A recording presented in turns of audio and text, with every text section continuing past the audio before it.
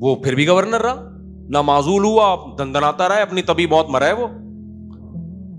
آپ خود اندازہ لگاؤ, آج کسی نیک آدمی کو کوئی قتل کر دے, انسان کی روح کانپ اٹھتی ہے. نبی کے نواسے کے قتل پہ کیا ہوا ہوگا؟ یعنی کیسا, کتنا بڑا جرم ہے نا. اور وہ گردن کاٹ کے نبی کے نواسے کی قاتل نے معاذ اللہ ابن زیاد کے سامنے لا کے رکھی ہے, سامنے لا کے رکھے. کیا یعنی ذرا سا انسان کے سینے میں دل ہو, کانپ جاتا ہے, یہ بات سن کے کانپ جاتا ہے. اور وہ بدبخت کیا کر رہا تھا؟ چھڑی سے آپ کے ہونٹوں کو ٹچ کر رہا تھا. وہاں صحابی رسول نے فرمایا کہ بس کر, میں نے محمد صلی اللہ علیہ وسلم کو کئی بار ان ہونٹوں پہ اپنے ہونٹ رکھتے ہوئے دیکھا ہے. اتنا بڑا مقام ان ہونٹوں کا کہ ان ہونٹوں پہ نبوت کے ہونٹ ٹچ ہوئے. کتنا بڑا ظلم ہوا. تو کوئی زلزلہ آیا؟ کوئی آسمان پھٹا؟ بولو نا, کچھ بھی نہیں ہوا. کیوں؟ یہ آیت بار بار ہمیں تسلی دیتی ہے, لا تحسبن اللہ غافلا. اللہ کہتے ہیں اللہ کو غافل مت سمجھو. لمح علم برداشت ہے. زکریا علیہ السلام تو پیغمبر تھے, کتنے مبارک پیغمبر. قرآن نے کیسا تذکرہ کیا زکریا علیہ السلام کا. سورہ مریم اٹھا کے دیکھو, جس سے پتہ چلتا ہے اللہ کو زکریا علیہ السلام سے کتنی محبت تھی. یا زکریا انا نبشرک بغلام اسمہ یحییٰ لم نجعل لہ من قبل سمیہ. زکریا علیہ السلام بوڑھے, بیوی 5, ساری زندگی اللہ سے دعائیں مانگتے رہے, محراب میں عبادت کرتے رہے ہیں ساری زندگی. اتنے محبوب پیغمبر. پھر اللہ کہتے ہیں ہم نے زکریا کو بڑھاپے میں خوشخبری دی.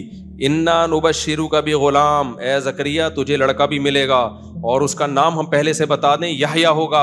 اور اس نام کا اس سے پہلے اس کائنات میں کوئی شخص, کوئی بیٹا نہیں گزرا. یہ نام بھی ہم سلیکٹ کر کے دے رہے ہیں.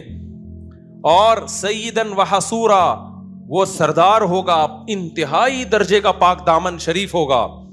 اور یا یحییٰ خذ الکتاب بقوہ, اس کو نبوت ملے گی. کتنے بڑے فضائل زکریا علیہ السلام کے کہ ان کو ایسے بیٹا مل رہا ہے. معمولی تھے کیا جن کو؟ پھر وہ کہہ رہے ہیں اللہ بڑھاپے میں مجھے کیسے بیٹا ملے گا, میری بیوی تو بانجھ ہے بھائی.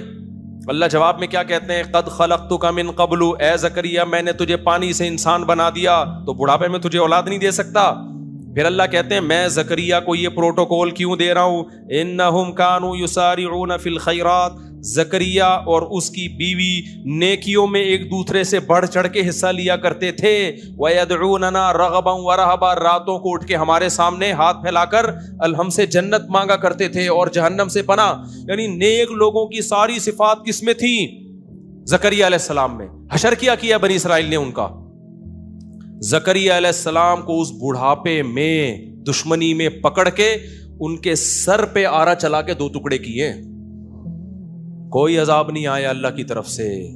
سمجھ میں نہیں آ رہی بات؟ تو آپ کیا سمجھ رہے ہوگے اللہ ایسے ہی بیٹھا ہوگا, اس کو غصہ نہیں آ رہا ہوگا؟ اے بھائی, اللہ یہ کہہ رہا ہوگا میرے پیغمبر کو تم نے اس طرح سے چیر دیا, کچھ بھی نہیں ہے. نا نا نا نا, اللہ کہہ رہے آنے دو. آنا کس کے پاس ہے؟ میرے پاس.